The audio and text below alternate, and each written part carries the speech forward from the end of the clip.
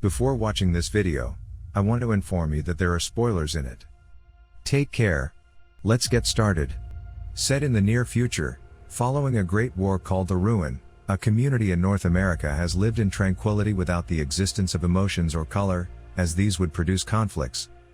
The citizens have also had their memories wiped.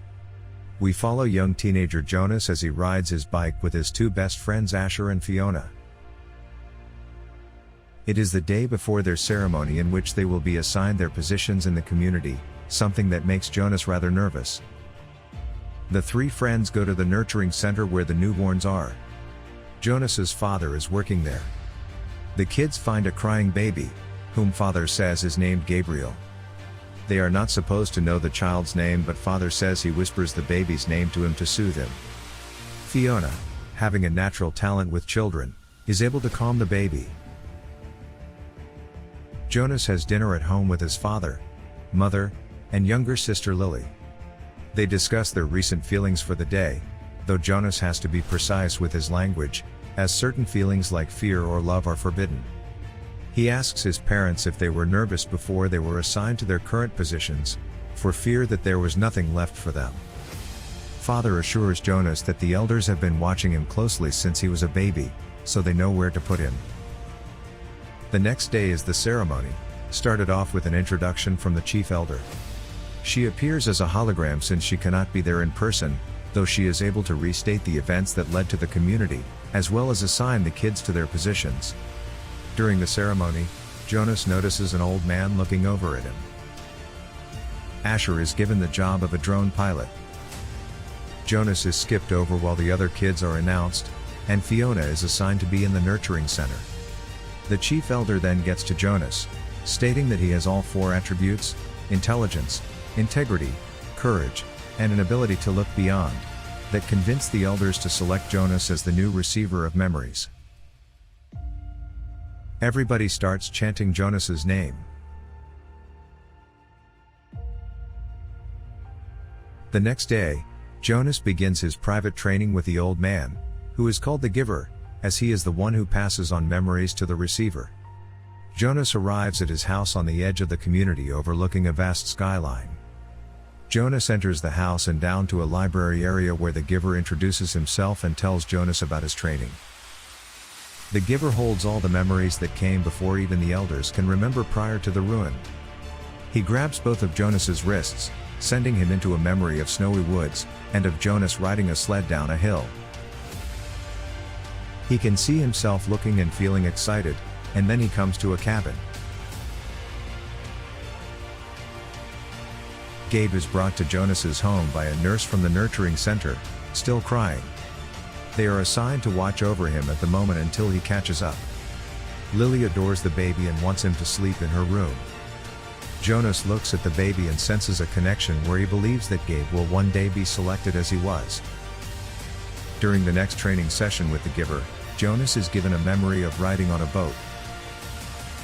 The feeling to him is powerful enough for him to start to see colors around himself and the Giver. He explains to Jonas that the colors, along with the emotions, would allow everyone to feel conflicting emotions that would produce problems. He asks Jonas if he agrees that sameness is necessary, and while Jonas does agree, he believes what he's just seen is also very beautiful. Jonas meets up with Fiona and Asher. Asher talks about how he's been able to fly the drones close to elsewhere, which he describes as mostly farms and rocks, with two rocks touching at the top, forming a triangle. Jonas offers to show them what he's been learning by having them grab trays and slide down a slope. They have fun and laugh. And when Jonas goes over to help Fiona up, a voice tells them they cannot touch people outside their family unit. Meanwhile, the Giver meets with the chief elder, over his training with Jonas. She warns him to not repeat the mistake, with the last receiver, who is implied to have killed herself. Jonas's next session with the Giver has them playing music on the piano and sharing a memory of a party, with people dancing and having a great time.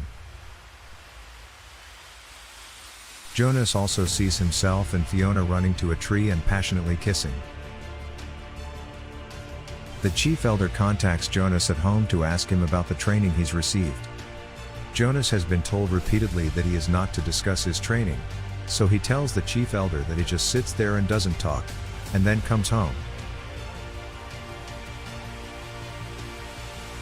In the next session, Jonas sees horrific memories of an elephant being shot down, as well as himself in the position of a soldier whose partner is gunned down. The images overwhelm Jonas. He later learns that the previous receiver, a teenage girl named Rosemary, was also distraught by the images she saw. Jonas sees a memory of the giver playing the piano alongside Rosemary, while she sings. Jonas also sees a projection of his father and a nurse in the nurturing center with 2 babies. The nurse takes one baby while father is left with one baby that is deemed too weak. He injects something into the baby's head, killing it and then putting it in a box that is sent into a furnace. Jonas is horrified to come across this revelation of what they know as releasing into elsewhere.